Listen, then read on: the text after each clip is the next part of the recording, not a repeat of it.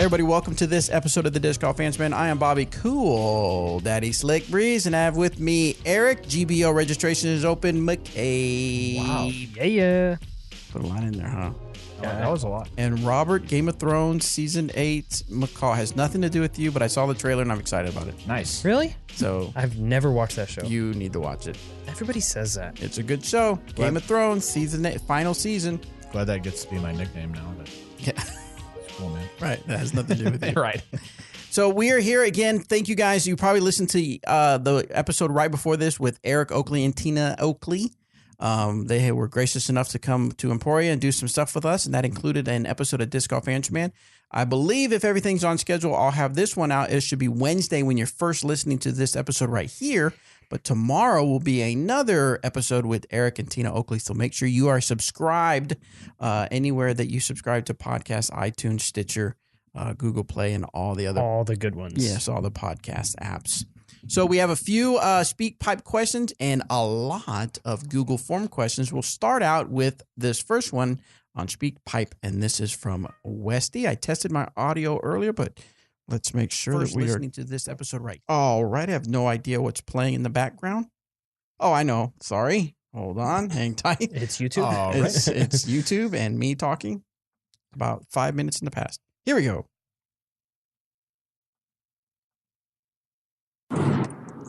Hey guys, this question is for Eric and Robert.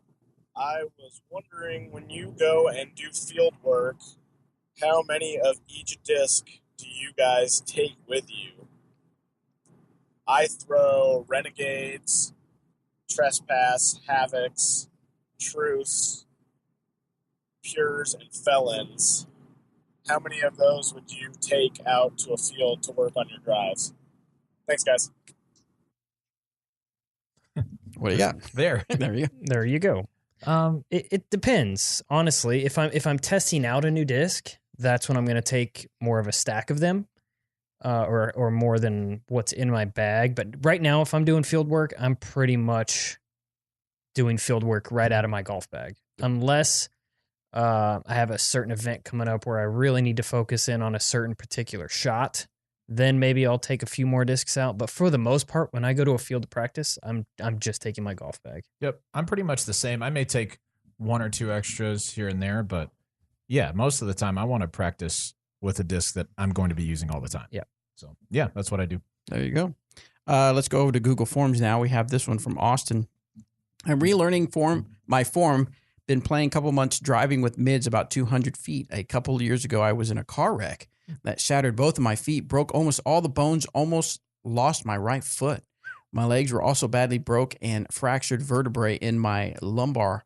Hospital 4 months, then a nursing home, learning to walk again. Now I'm walking okay, but it is very hard for me to get full reach and move my hips and get smooth. I'm not very flexible, and tips or ideas to throw better. Dang. There it is. Wow. I'm glad he's here to type. Yeah. Yes, No. absolutely. No joke. That's tough to call. I mean, not knowing your real range of motion Mhm. from the accident, Mhm. it's kind of tough to say what will help and what won't help. Right. I would say I don't want to call this a generic suggestion, but it's usually something that helps people who are throwing around that 200-ish with their mids 250 is to work on accelerating. So instead of starting everything fast, start slow and then go from slow to fast and kind of try and work to get like that. I don't know. People call it snap. I'm not talking about the audible snap, but just as if you're whipping that towel through or something like that. I think that's going to help you some with a bit of your distance problems. But honestly, and I'm going to keep it real for a second. Ooh. Is that allowed on the show? I will allow it. I'll allow it. Since the last podcast, I've gone from 14 to 18, so I think I have a legal right now to keep it real. You're just in my face. Oh, okay. Okay. I would I want you to be able to throw farther. That's awesome. But if that's all that you're ever able to do, and you sure practice, but if that's all you're able to do, like that's awesome. You've already achieved something that is really, really good, and so I wouldn't stress about, oh man, I can't do this as well as everybody else. I don't know. I'd be excited at that point for sure. But I'm not telling you not to work on it. Definitely work on it. But like, you're not at a bad spot. Work on your putt. Yeah. There's, especially when you go like play doubles or go to an event or something, there's always those guys who don't throw very far and you're like, I got these guys. Mm-hmm. And then they just jam everything. And you're like, how dare you? Yeah. It hurts. Yeah. So yeah. It stings a bit. Yeah. But congratulations. Keep working hard, man. Yes. Next one comes from Piero. Hey, Disc Golf fans, man, question about quantity of discs being released. I'm a huge trilogy fan, and over I've noticed, so over the last year maybe. Sure. I noticed that you guys are pumping out new discs every year. Pump it up. Love seeing all the new products, but when does it become too much? I have a huge collection of discs over the years, and then I found one I love. Y'all come out with a new one that's slightly different. Yep. Do you think y'all will plateau on the discs and just come out with a new one every year? Just like one a year, maybe? Every so often, like other manufacturers, or will y'all continue? I don't know that other manufacturers only come out with one a year. I know Maybe the smaller manufacturers. Sure. Maybe. possibly. I know in the beginning we were pretty aggressive to get our line out, no doubt. which makes sense, but I would assume we would continue releasing, I mean, three to four maybe. I mean, and that includes, I mean, in the past we've done new discs for like Trilogy Challenge, and then a handful of other. I mean, it just depends. I mean, I don't know. I feel like there's a wide variety of what discs could be. I mean, if you just look at like Innova's lineup, how many discs do they have in their lineup? A lot. 5. More than 10? Yes. Yeah, A few. yeah. So I mean, there's really no real answer here, I guess. Like, I couldn't tell you for sure what Jeremy Rusko wants to do. Yeah. As far as that goes, but. Right. But I'm assuming you're going to continue to see us release multiple new discs a year. Yeah, probably not like more than 5 or 6, but probably two to 3 is a good guess. number. And then it just kind of in response to something else you said, if you are throwing a disc that you like, and we release something that is similar but just a little bit different, like sure, try it out, but keep throwing what you know. Yeah, I mean, unless it's the Fugitive. And then it's a little more tough to get. Yeah, you're gonna have a tough time finding that. That's a good point. But yeah, just throw what you know, and if it's if there's something new that comes out and you want to test it out, cool. But if not, it's all good, man. Do your thing. This next question is from the Question Man. Oh wow. Oh. Did you need to go somewhere? We need to let you go, or No, it's sorry, dude, you're checking your watch. As someone who wears an Apple Watch, also Yes. that's rude. I know, but I say that. You know why I actually say that? Because there have been times where I've checked the message and I thought, I wonder if they think I'm checking the time. Yeah, that happens a lot. Oh yeah. So Uh-huh. Question Man says or asks, these questions are primarily directed at Eric. Oh. It's question man time. Yeah, I got somewhere to be. Sorry. Oh, these are just for Eric. Yeah, I got somewhere to be. Although I'm sure Robert will have some great insight. Oh, Yes, okay. I of can course. stick around. So Eric, at what distance do you feel like you need to put your all into the disc? And should we ever be putting our all into a disc? I ask because I can throw golf lines around 15 feet without feeling like I'm overly exerting myself, maybe about 80% power. To get more distance, do I need to put more effort in or work on smoother, more efficient form? Smoother, more efficient. And he form. wants you to make sure that you keep it real. I just did. Okay. I made sure to do that before you said that. Yes, okay. yeah. When I put these headphones on, I'm keeping it real. You're keeping it real. All no right. matter what. But no, I think when do I would say like around 500 feet is when, if it's a 500-foot hole, like that like 480 to like 520 range is a great reference point for me on, I need to smash this to get it. I can get it because I can get within putting distance of that. Right. I'm not going to consistently be birdie in a 520-foot hole unless it's downhill or mismeasured. Yeah. Oh, it's actually 320. Okay, cool. Oh, I got reached that it. all day. But no, I don't try to throw as hard as I possibly can. I'm not going to say never because I've thrown as hard as I can before in the past, but especially now that you get older or I get older, no, I can't throw as hard as I possibly can. And I lose consistency, which loses confidence, which loses scores, strokes, ratings, everything. It's just Right. it's just like falling down a hill. It just continues to get worse and worse.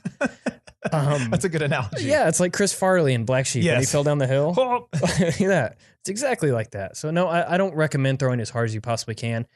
And personally, a smooth, effective release is going to be way more advantage for you moving down the line. Yeah. So you would say that distance for you where you feel like you can't just smooth it anymore. Like you actually have to really put something behind it. That's around that 480, 500. 480 to 5. Yep. About 500, I would say. Yeah. Yeah. For sure. Excellent. Next one comes from Professor. That's the same for me, but when it's mismeasured. Yes. Yes.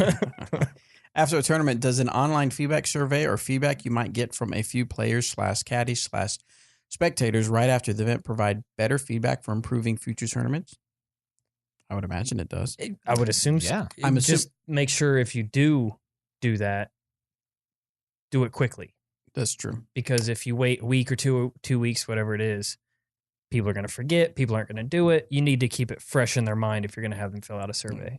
He says, I'm assuming both have benefits. So in that case, what are some of the best questions or event type of questions you've either included or answered on an after tournament feedback survey?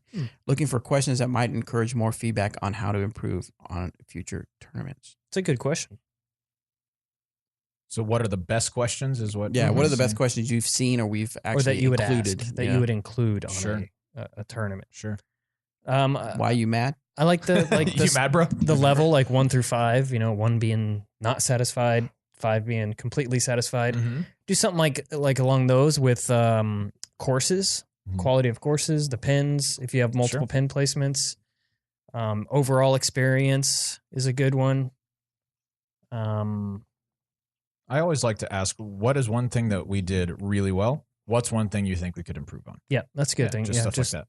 just don't try to keep it less writing for the person filling out the survey as possible. Because if I'm filling out a survey and they want me to answer a bunch of questions that I have to like type out, and I'm probably not going to do it. Right. You know what I mean? If it's like a Correct. just click yes, no, that kind of thing, right, I'm definitely going to be more tempted to fill it out. Yeah, for sure. Instead of having to just type. I think yeah. this. Yeah, I got Yeah. you. I agree. But that's me. It could just be me. One thing that now this isn't a tournament survey question. I mean, I guess it could, is the communication of the tournament to the players. One thing that when I first started going to tournaments and filming that always frustrated me is on the flyers. Now this is before Facebook was used a lot. It Mhm. wasn't used as prevalent as it is now. Was that the flyers never said the address of the park. It only said the name of the park. Yep. That is so frustrating to me because I'm trying to figure out how to get there. I'm trying to go. Now I get it. Most these smaller tournaments, I guess they're most of the people are going to be from the area, so they know it's going to be at. Or if the flyer they saw for It's the gonna be- tournament's at the course. Right. At the actual tournament is. course, yeah. So they know they're going to La La Park, Yeah. but Great I don't know park. where La La Park is. Yeah. And so it'd be nice to have just a quick address, 15 East West 5th Streets. Wow. La La La La, Washington. This man, he's onto something. 15 East West Street. Yep. That would be confusing. That's like when Anthony and I were doing commentary, he called Zachariah Johnson the what was it? Putt magician? Putt magician, I or think, something yeah. like that, because he was throwing all kinds of different types of putts. That was my life goal, but now my new life goal is to live on East West Street. Yes. Literally anywhere that I can find it. By the way, if you're looking for some Oh. disc golf tournament to watch, we did just recently.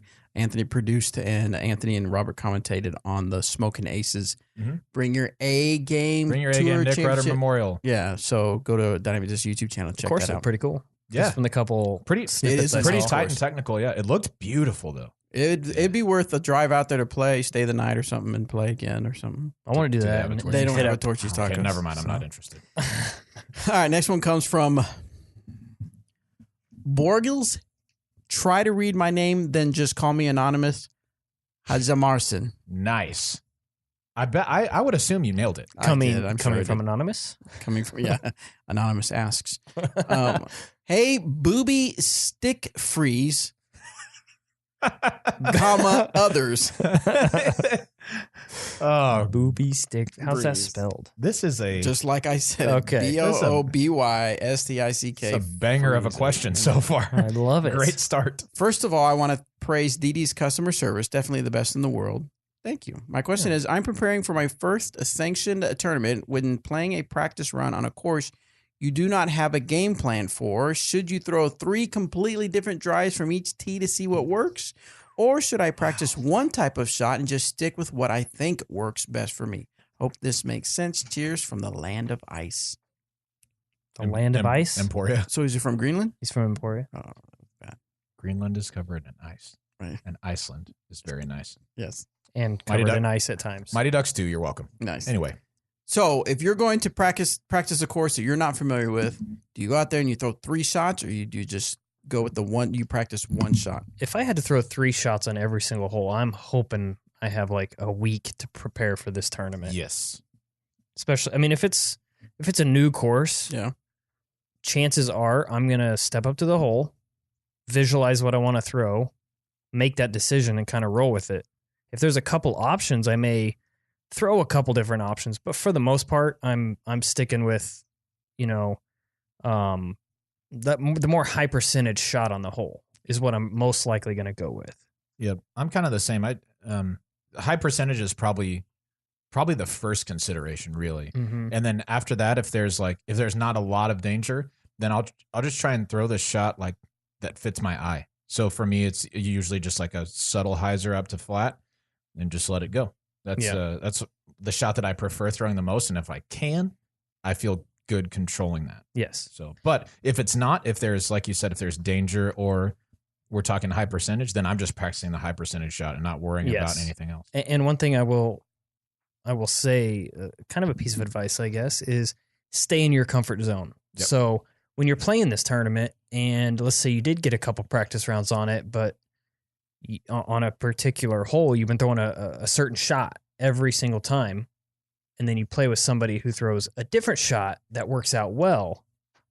Just because it worked out well for them, don't just automatically say, well, I'm just going to do that now. 100% correct. So just stick to your plan, whatever your game plan is, stick to it. Yeah, that's such good advice. So many times Has early that on. burned you? Oh yeah. Oh yeah. So many times Me early too. on, I had practiced my backhand turnover, and then I'm someone going to go walks up, forehand. someone walks up and throws a perfect forehand. I was like, that looked easy. Yeah. Shank. Yeah. Oh, exactly. Sweet. Thanks. Exactly. All right. So as I mentioned at the intro, Glassbone Open registration is now open. You It can is go to right now. glassboneopen.com and go to player registration, and then you'll see we've doing a little bit different this year to kind of help with trying to slow down some of the chaos as far as literally a couple thousand people trying to register for one event at the same time. So we have a tiered registration schedule. Yesterday was the first day for U.S. players, and it was the FPO, basically all the kinda. women divisions. Yeah. Yes. First time was actually if you were a spectator from the year before. Oh, yes, that's true. The spectators But opened up. So all women, all amateur women. amateur yesterday. women was Monday. Tonight is going to be what is it? The Age protected professionals. Professionals. And I believe it's the first day for MPO, FPO2 from a certain rating standpoint. You are correct. So right now we have 2 pros signed up. Of course, Ooh. not very much was opened up. So I'm they sure both- that'll change tonight. Are they both international? I don't think so. Benjamin Smith and Chris Richard. Oh yeah, they're both from Canada. Oh, there. I Okay. have no idea. I was like, how'd you know that? And then on they the have to be though, that's true. And or then- or they were spectators. they were last year. spectators and now playing open now. And then on the A tier side, there's now 159 players. That's amazing already. Already signed up. So Pretty awesome. make sure you check glassboneopen.com so you know the registration schedule and get yourself signed up. The big one will be on Wednesday with the biggest field, one Which of the is? bigger fields, Is that which is a Advanced Masters? AM Masters? MA3 Rex, Rex? which I think is 380 some odd spots. So that'll be fun. 7 p.m. tonight. Yes, sir. Or last night. If you have listening to any this tomorrow. questions, If the distance is mismeasured. Yes, exactly. if you have any questions about registration and you are in the rec intermediate or any other division that's going to open up, me and Doug are going to go live tomorrow at about 6:45, 6:50 to kind of answer some questions and get people ready to sign up for registration for the event. Cool? Cool. Next question is from Rocket. Rocket Man. Just like him. Freaking nailed it. Telling you. It was as if he was sitting here. As know. if. I just needed a piano. As if. Oh, William. Hey, Robert, my William hair's Joel. already rated 1,000 McCall. What's up, man? Eric, the truth is in the pudding. Pudding. McCabe and Bobby, keeping it real since before it was cool. Daddy Slick Breeze. I'm new to disc golf and I don't have a beat-in disc as of yet. So is it bad to use multiple molds until I am able to beat my favorite overstable discs into neutral and so on?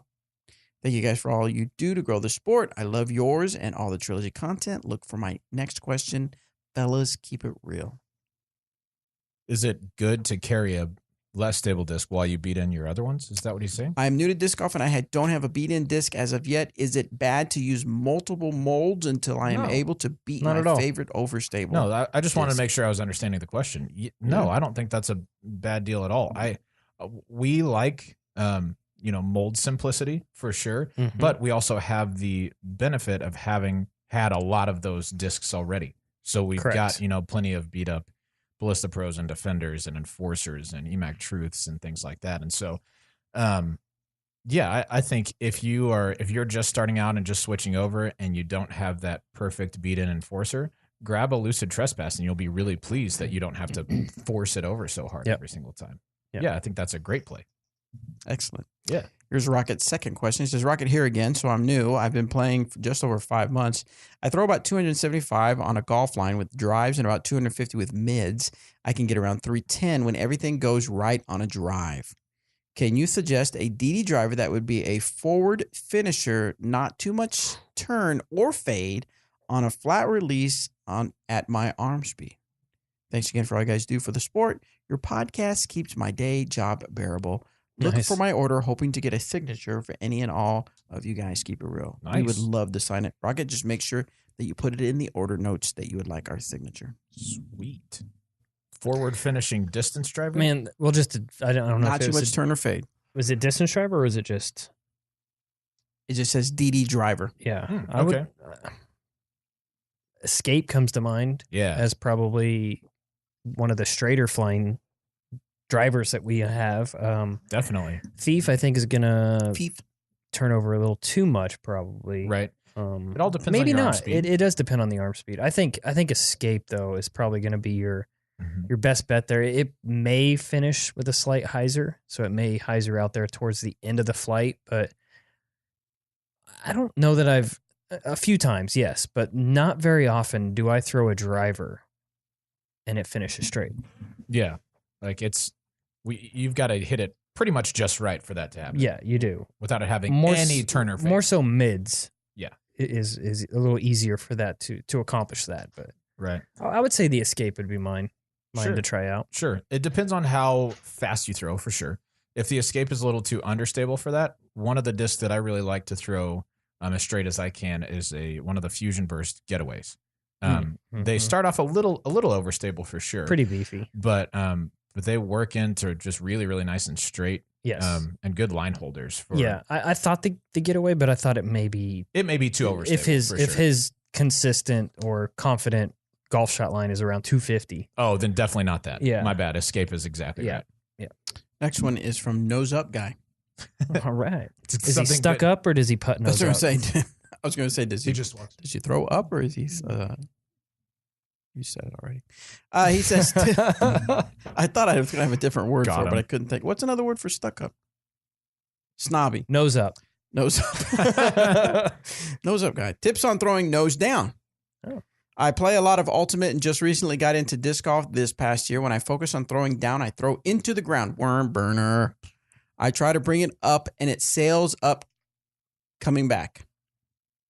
Does it have to do with the wrist angle release point? Thanks, guys. Keep it real. All right. He said he's coming from Ultimate. He is coming from Ultimate. That is one of probably the toughest transitions to make, because in Ultimate you can throw not any nose angle, but a lot of nose angles, and the disc is still going to fly because it's just shaped differently. It wants to do different things. So the key to disc golf shots is to have the nose, level or slightly nose down, obviously, as you know. And it's actually kind of counterintuitive, but when you are trying to throw nose down, you actually want to have your follow through finish a little bit up. Instead of trying to throw it into the ground, when you try to throw it into the ground, a lot of times that means you're reaching back too high, which kind of causes you to swoop in your reach back and then your pull through. So you want to pull down. I mean, you want to pull through pretty level and then finish just a little bit high, and that's going to help you with some nose down stuff. It's counterintuitive, but it Swoop. works. Yeah. Don't do no Cheryl swoops in here. Only the. I was thinking of that Wesley Snipes movie. Had the guy named Swoop on it. Oh, you're talking about Blade Runner. No. I'm just kidding. I'm not talking about Blade Runner. I don't know what movie it is. Dang it. But that is one of my favorite things to do is when somebody suggests a movie like that, say a movie it's definitely not. Yeah. Oh, you're talking about Pretty Woman. Oh yeah, Pretty Woman. Yeah. Yeah. Wait, no. No, I'm not. I'm not actually. So yeah, there you go. Next one comes from not D-Jams, but J-Jams. J-Jams. So J-Gams. Jams. No, J-Gams. J-Gams. Yeah. Not J-Jams. No, I'm just saying J-Gams. things. I'm just saying things. J-Gams. Okay. Oh, from Blade Runner. Oh yeah. Yeah. Nailed it. Wesley Snipes, you're welcome. If most amps don't have the arm speed for 13, 14 speed drivers and pros don't usually throw them, why does every brand offer them? I don't know. Maybe somebody throws them. Yeah. They're pretty popular actually. Right. I would say because of the distance potential, right? I think those discs are almost as wide as a rim can be legally, according to PDGA standards and regulations.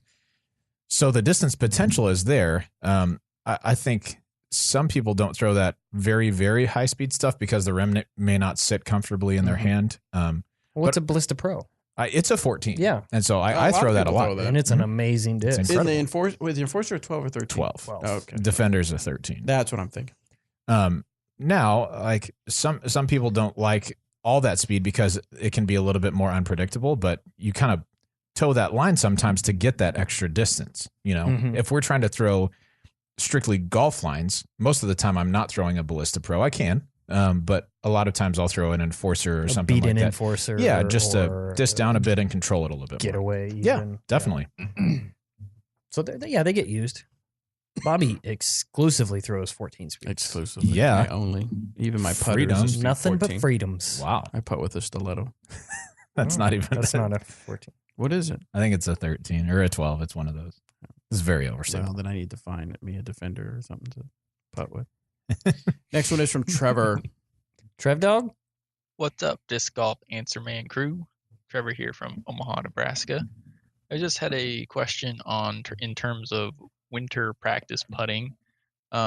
So I happen to have the luxury of having an unfinished basement where I can set my basket up and practice putts from like 35 to 40 feet ish. Sweet basement. That's big. Where I can practice all winter. Now, usually I get very consistent here in the winter because I can practice all the time. However, once springtime comes around, I really struggle because I haven't been practicing in the wind. It does get really cold here in Nebraska in the winter, below 32 almost every day. So my question for you guys is, what do you guys do to practice in the winter? Do you guys practice inside, or do you still go out and practice outside in the cold all winter just to continue to practice in the wind? So if you guys had any advice on that to help consistency going from winter to spring, appreciate your guys' insight on that. Thank you. How do we practice in the winter? Man, I actually just made a post about this on Instagram to ask people how they practice in the winter because I took a picture of the marksman with the snow all over it. It looked really cool. A lot of people's feedback were leagues, like putting leagues, like Winter Marksman League. that's pretty much how I would consider myself practicing these days, is all indoors as far as Winter Marksman League goes. That's probably the only time with the exception of Hops and Heisers. Now you live in Nebraska, so you're not terribly far from us. So I would assume you have similar winters. I'm guessing yours is going to be a little bit rougher than ours because you are a little further north. Right. So you probably have more snow and probably colder weather, but it's really not that terrible around here. Like we have like 40 and 50 degree days in the sun or in the middle of winter where we can actually go out and play if we want. Right. And that's usually what I'll do. If it's a nice day, you're probably going to find me on the course in the winter. Yeah, definitely. So, when it comes to indoor stuff, I'm with you. Winter Marksman League is a great tool. And then, yeah, if you can putt indoors, that's fantastic. When it comes to throwing, I honestly I don't know. If I can get outside, I do that, but I don't stress on trying to throw indoors. No. Just kind of keep my putting stroke going. Putting is the most important over the winter, in my opinion. That's what it feels like is the hardest to get back, is putting confidence. Mm-hmm. So, yeah. And don't worry about the wind. Just worry about the repetition and the form, really. Yeah, definitely. Above all. Definitely. So, yeah, speaking of Winter Marksman League, the registration is open. I checked with Derek yesterday, I think it was, and we were at 49 leagues already. Nice. So that's super It's exciting. a little more than we had last year at this time, so that's good. And so things are going well. Make sure you get a Winter Marksman League in your area. It's as simple as going to dynamicdisc.com/WML and getting signed up in your area. And Derek would be happy to answer any questions via email for what you might want to know. I was trying to see if this had it ranked or... Oh, here we go. We have 52 now. We have 2 in California. Who has the most right now? Wisconsin 3, Washington. Emporia. Tennessee has 4. Oh. No, Kansas has 6. Right. So maybe I'm sure we're one of them. Iowa has 4. Minnesota 2. Michigan has 4. Oklahoma has 3. Texas has 3. I figured Texas had more. I mean, everything's bigger in Texas. Well, they can go out. They can go outside and play, though. This is true. So, but you can still do the Marksman League even when it's nice outside. It is, yeah. Definitely. So anyway, get signed up for the Marksman League. It's going to have fun. We have a lot of big plans for going to some Winter Marksman Leagues in the area and having fun with them. So that'll be cool. Next question is from, forgot to delete Jams. This one's from Rhino. Hey guys, I'm a new player within the last 3 months and I'm still searching for solid beginner discs. I'm currently throwing a Judge, Truth, River, Hatchet, Escape, and Renegade. Next month on my birthday, I was touring the DD warehouse and plan on hitting up your retail store. Could you recommend some discs I should look at to build my bag? Love the podcast. Thanks for all you guys do. When was this question submitted? This was sent in on August 10th. Okay, so he's already been here. So I'm assuming he's already been here. Hopefully you were able to find some good discs. Oh my God. But let's say you were going to come back. Oh man, it sounds like everything he got is pretty decent beginner friendly wise. I'd get a hatchet. He has hatchet. I'd get a hatchet. Maverick. Maverick is another great one. Yeah. Yep. It's a great anyone one, really. It really is. I would get a Deputy to try out as a throwing putter. If you really love that Judge, stick with the Judge. But I really think seeing the other things you were throwing, maybe a Deputy. This is true. Like Bobby, this is like. Yeah, I mean everything. Just tell him what's in your bag. What is in my bag? Deputy, Mavericks, Renegades, which he has. I used to throw the hatchet. I've never thrown a River. I may have thrown it once or twice. River and Maverick are pretty close to each other. Close. Trespass, Suspect, Warrant, and a Slammer for certain purposes. The Slammer. The Justice for utility when I really need to turn. And then if it's just super windy, which I don't hardly ever use it, but when I use it, is a Defender and Enforcer. Nice. A Biofusion Enforcer. Nice. And you forgot to mention your 8 EMAC Truths. Yes, my 8 EMAC Truth. I do have a pre-Sweden EMAC Truth in there. Yeah. Actually, that's not. That's not an EMAC Truth, but it is a truth. But it's not. There's a whole story behind it. So we won't Did you finally put put the Suspect in your bag? Yes, I had. I About time. Did you not see my post? He posted a picture of it.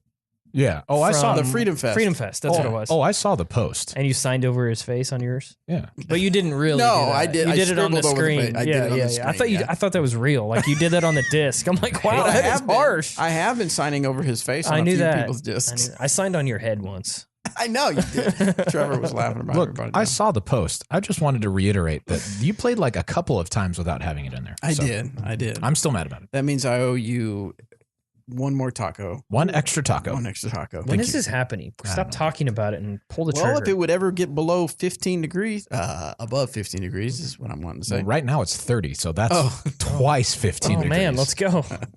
Next one is from Andrew. Is the sorcerer? What? That's the sound that sorcerers make. Never knew that. Every time I say sorcerer, I'm going to have to do that now. Mhm. We're gonna have Seems to add good. that to the end of the disc. Yeah. If you buy a sorcerer and put in the notes, I'll sign Bobby. Is a sorcerer Good. supposed to be understable or stable? I have two, one misprint and one regular, and both are lucid. Both these discs seem to just turn over for me unless I really hold back on the power. My trespass and escape don't seem to turn on me though. Also, do you get more distance letting your disc do the S flight or by doing a hyzer flip? All right. All right, first Both. one, sorcerer. First things first. The sorcerer is the disc that we've been talking about is definitely more understable than a trespass. No doubt about that. So the fact that it's turning to the right on you, would not be surprising to me. I think it's intended to be a stable disc at lower speeds and then an understable disc at higher speeds. What disc? So the one we were talking- You almost got me. It's like when we were in high school and we would try to get our teachers to say underwear. When you'd be Yes. like, "Hey, what about that under there?" Underwear, and then we just laugh. It's really stupid. It will definitely be more understable than the trespass and escape. Now, when it comes to maximum distance, is it better to throw a hyzer flip or force it over? For me, I throw hyzer flips a little bit farther because it's more of a natural angle of release. But I know that there are some people like, AJ Risley is a great example who throws force flexes really, really super far. So it's kind of throw personal preference. Strictly hyzer flips. Yep. Pretty much every shot of mine is going to be a hyzer flip. Correct. Putts included. Yes. From 3 feet. Gotta spin them pretty It's a hard. tough one. Yeah, but to get it to stand up, you got to have that it can extra do it. wrist It can action. do it. Next one from Carlo. He says, "Hi, I'm 16 years old. I'm a 16-year-old boy from Finland, and I've been playing disc golf for a few years now. I love playing disc golf and would definitely play it almost every day if I had a course near me. I live a bit outside the city, and I have a perfect area next to me for a disc golf course. How would it be possible to get a course there? Should I contact somebody or what? Thanks, and keep up the great work." That's a tough one. But yes, contact someone. Yes. It's only difficult because I'm not sure how regulations work in Finland. If it's the same as in the United States here, where you have park directors and parks departments that you kind of got to go through for these type of courses.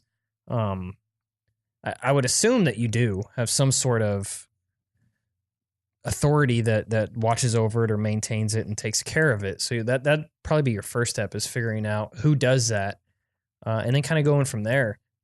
However, it's you don't necessarily need a disc golf course there to play disc golf either. If you have maybe your own temporary basket you could take out there and just kind of have fun, or what we used to do before we had baskets at Pan was go out there and play object golf. Nice. Where we would just make up holes and play to certain trees or poles or whatever the case may be. But it honestly helped us play. It helped us get better. And then eventually we got a course out there. So Yeah, and it's awesome. it is Yep. really awesome. Object golf is really fun. That's how we started out as well. A lot of people started out playing object golf and think that they invented the game of disc golf. It's kind of funny. We knew we did not invent the game, but yeah, for sure. Well, because I invented it when I played. That's Correct. true. I think that was We didn't- Dixon that told me that he thought he invented disc Yeah, golf. that's right. Yeah. We didn't call it object golf. We called it throw it at that. Throw it at that. Mm. You should market that. Should I? Throw it at that, market that? Let's go play. Throw it at that. Let's go. Come in a What- box. How do you play? You just throw it that. I mean, it's a simple game. That's true. Hey, you want to play throw it at that? How do you play? How do you play it? Where's What the are- directions? What are the instructions? Right, yeah. What's step 1, 2, 3? Next one comes from Brad. What physical characteristic make two discs of the same mold have different weights? One has more plastic than the other. Mic drop. Right? I mean, is it as simple as that? Yeah, science. As I've proven recently, I know a lot about the science of disc golf discs. Like when True. I posted that Wardens, because they don't have a bead, use less raw material than Marshalls. 100% not true. Like just being stupid. So Right. yeah, the answer Especially to that with is a micro bead. yeah. It's like it's totally irrelevant. I was just being a butthead. But Yeah. a bunch of people were like, science? Wow, that's yeah. real. Yes, of course. You're welcome. No, but Earth. seriously, Brad, I mean, that's what makes it have more weight. That it just has more plastic. I mean, we're talking about a gram, so it's not going to be. It's not much. Yeah. So Correct. next one comes from David.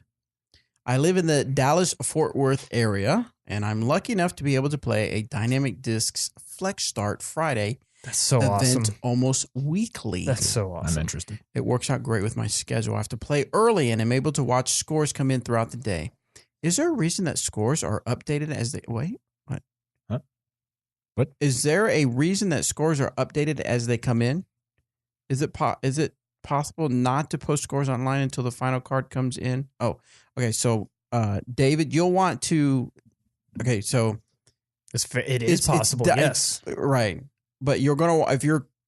Is he asking us like to? I think do it or just curious? Both. It's more like a Okay. principle question. Oh, Yeah. okay. Because I made the assumption, David. I apologize if that wrong. That you think that we control the flex start, but you'll want to reach out to the guys at Dynamic Disc Carrollton to figure out if that can be done. Now, I guess You can ask him when you hand in your card. Say, hey, right, yeah. I kind of like the scores coming in. Same. When Oh, and he says that way the late cards don't know how aggressive or safe they need I to play. see. Yeah, I can see that Yeah, argument but you could too. do it either way.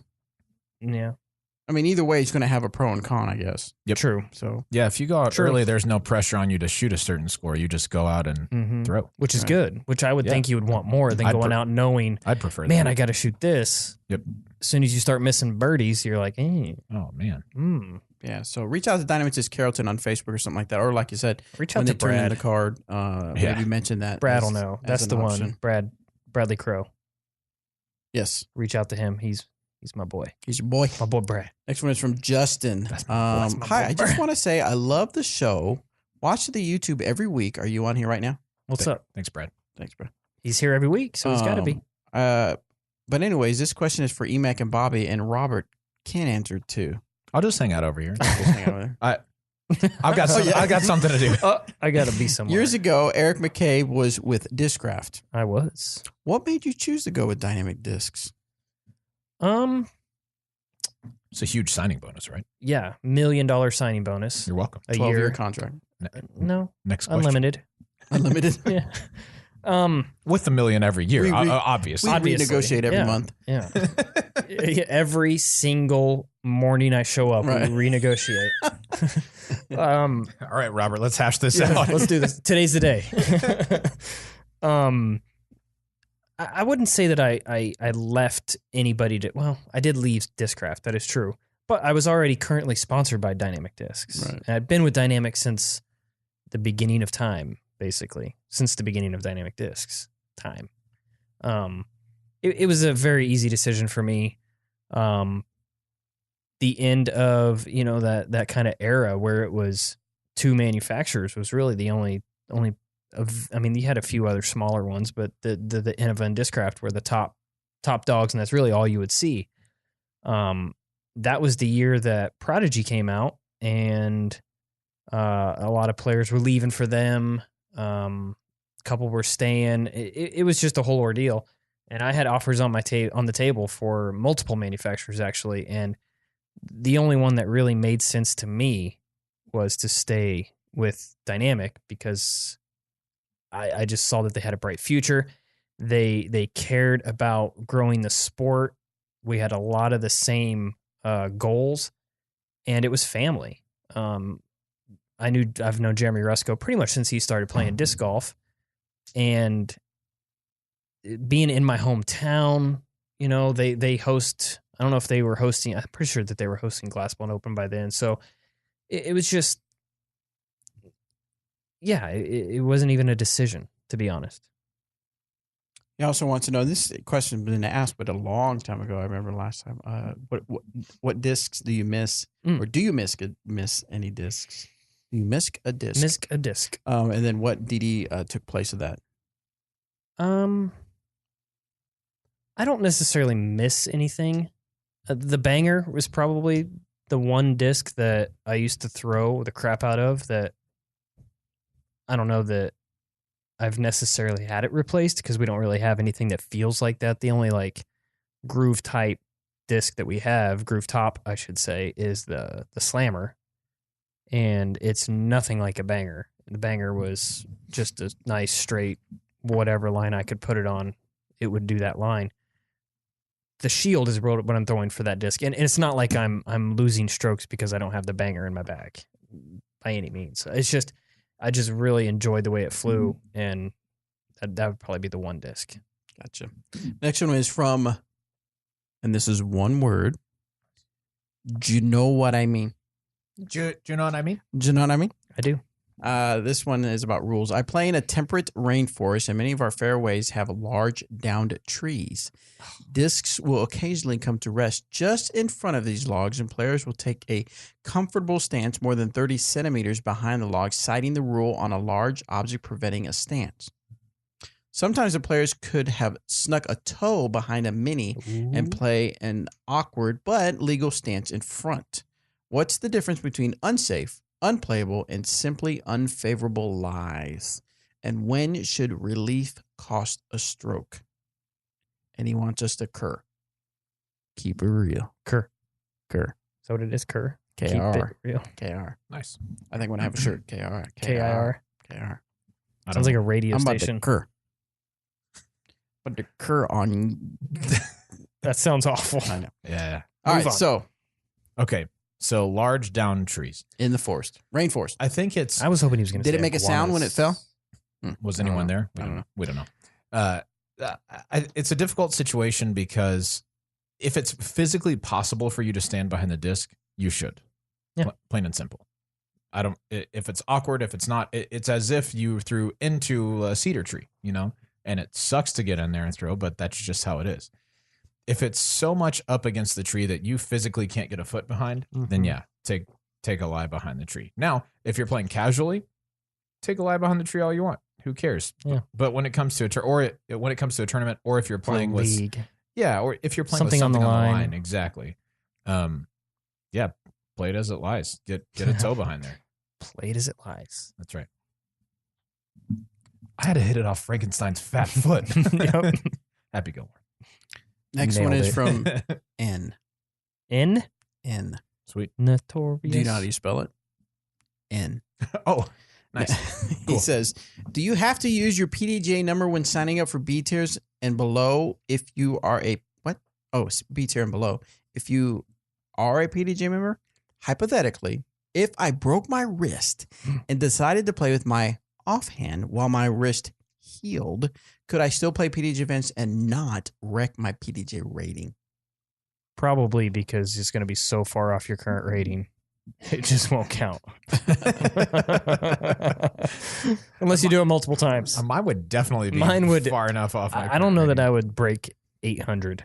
I think I could sneak into the 800. It depends on the course. Yeah. Country definitely. club, Nope. you're not breaking 800. No. I don't know if you'll finish. I don't know if I'm breaking 800 strokes. Can we do Like, that? Yeah, for sure. We need to do that video. No, let's play like holes 1 through 3 left-handed Okay. and just see how many over we are at that point. 1 through. Those are tough holes. Oh yeah. Wow.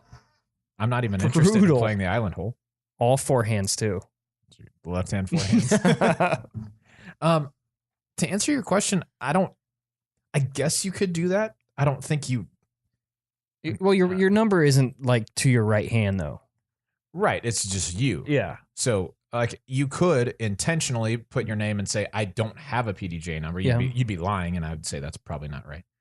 But I guess you could if the tournament staff didn't notice it. But you're going to pay extra. Yeah. And I just wouldn't recommend it either.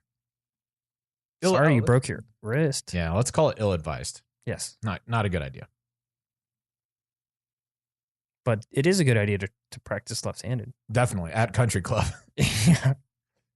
God, that sounds so bad. It would be fun though. Do you have to putt left hand? Oh, I guess if you Yeah. broke your wrist, you have to do Yeah. everything. Okay. Yeah, everything. Even keep score. Oh my gosh. Now we're in real trouble. Do you have to eat your snacks? Yes, everything, Bobby. Everything.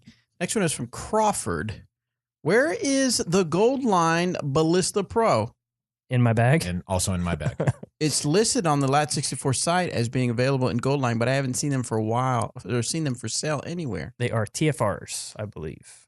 That is tournament fundraiser. Yes. So we make it discs available only for special things like that. I'm assuming you'll see them released Are they more on- widespread soon. Are they on their way, or is this one of those situations where the plastic isn't working well in a particular mold? I've got my arm speed up to the point of being able to reliably use the BP, but I prefer my gold plastic over Opto and was hoping to switch over my bag. Keep up the good work. So like you said, it's a TFR right now, so a lot of times you can find an event that has it, or maybe an event that did have it and they ordered too many. They'll turn around and sell it, on Facebook or just locally? Or on their something? website, Yeah, on if the there's a website. So You could find them. yeah. If you go to like the Facebook auction, not auctions, but what is it? Marketplace, Trilogy Marketplace, and just do an in search of post, you'll probably find one. And once they have their run as far as TFRs, and like Eric said, they'll eventually end up as a regular stock item. Next one is from Zasper. He wants to know about the mental game. I'm going through an interesting situation. Lately, I've been throwing the disc extremely poorly, but I can't seem to miss inside of 50. While this may seem great, I'm giving myself outside looks at birdie and par instead of putting it inside the circle consistently. This is weird, especially since it is usually the opposite for me. Any thoughts on what I should do to improve my consistency of the tee? Lay up to 50. I think it means off. Oh, this hole's 320? All right. I got my 270 disc Even if here. you're at 30. That's right. Throw it backwards. Mhm. I've actually had something similar to that happen to me recently. Usually I'm a moderate, okay thrower of the disc and a pretty good putter. And then maybe a tournament or a few tournaments ago, I was throwing exceptionally well and putting just like the worst garbage. That's a fun day. Oh, it's so frustrating because usually like I count on my putts to keep me in it, right? Mhm. But not so much at that point. I think it's mentally, it's probably just kind of resetting, slowing down back to the basics to where you're not, where you're not worrying so much about like super distance or anything like that. You're just worrying about, keeping the disc online and putting it where you want to.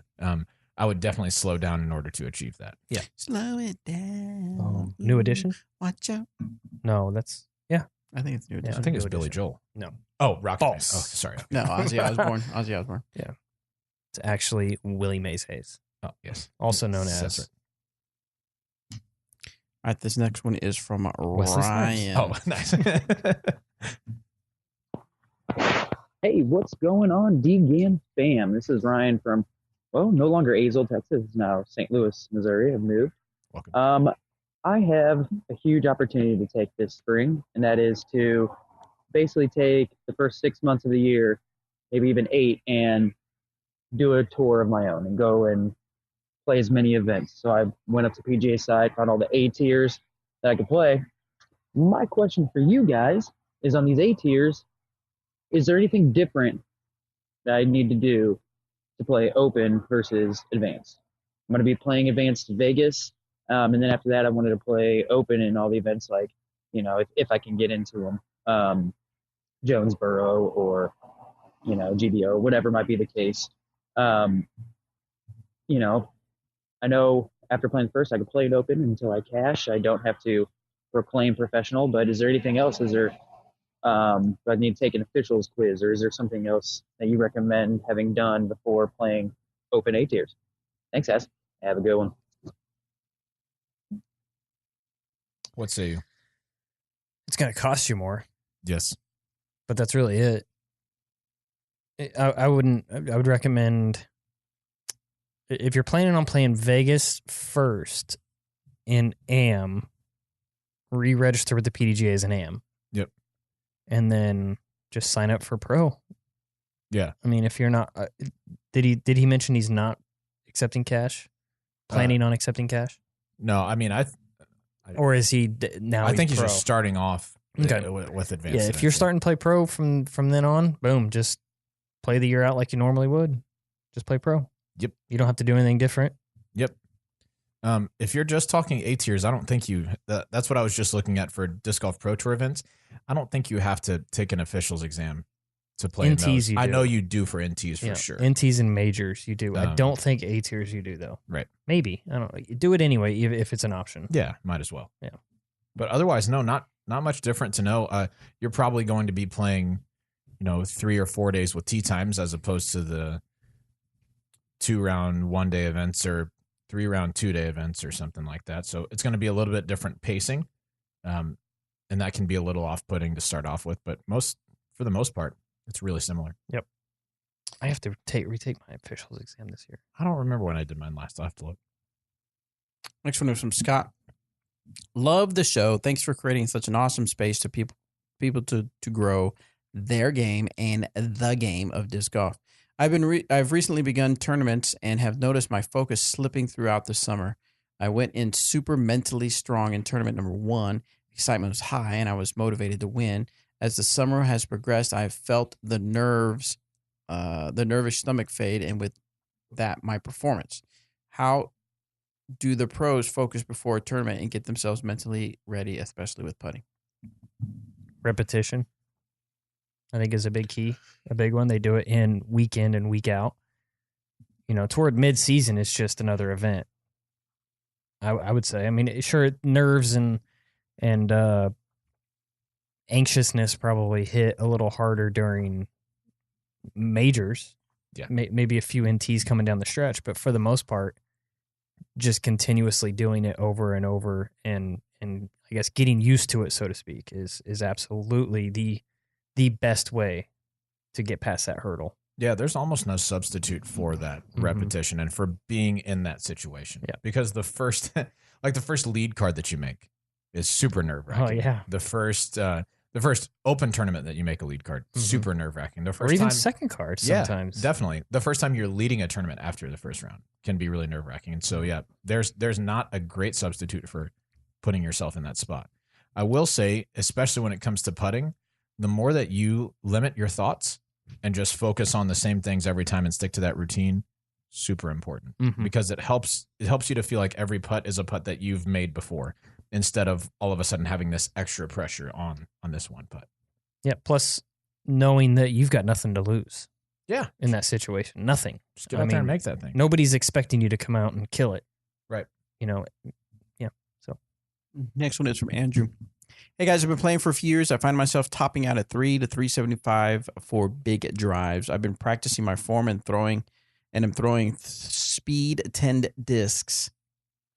How much distance is realistic to expect if I'm mostly playing casual rounds and only getting in the field once or twice a month? I don't want to settle for bad form / a short distance, but also don't want to be discouraged that I'm not Simon Lizotte. Well, here's some encouraging news. You're not. Very few people are Simon Lizotte. In fact, there's just one Simon, and there's only a few people who are in that same echelon of distance, right? Fact. I mean, only a very, very few handful of top professionals in the world who that's their whole job is playing disc golf. And then you throw in like an Alex Geisinger who is just a freak throws thrower. far. Yeah, super duper far.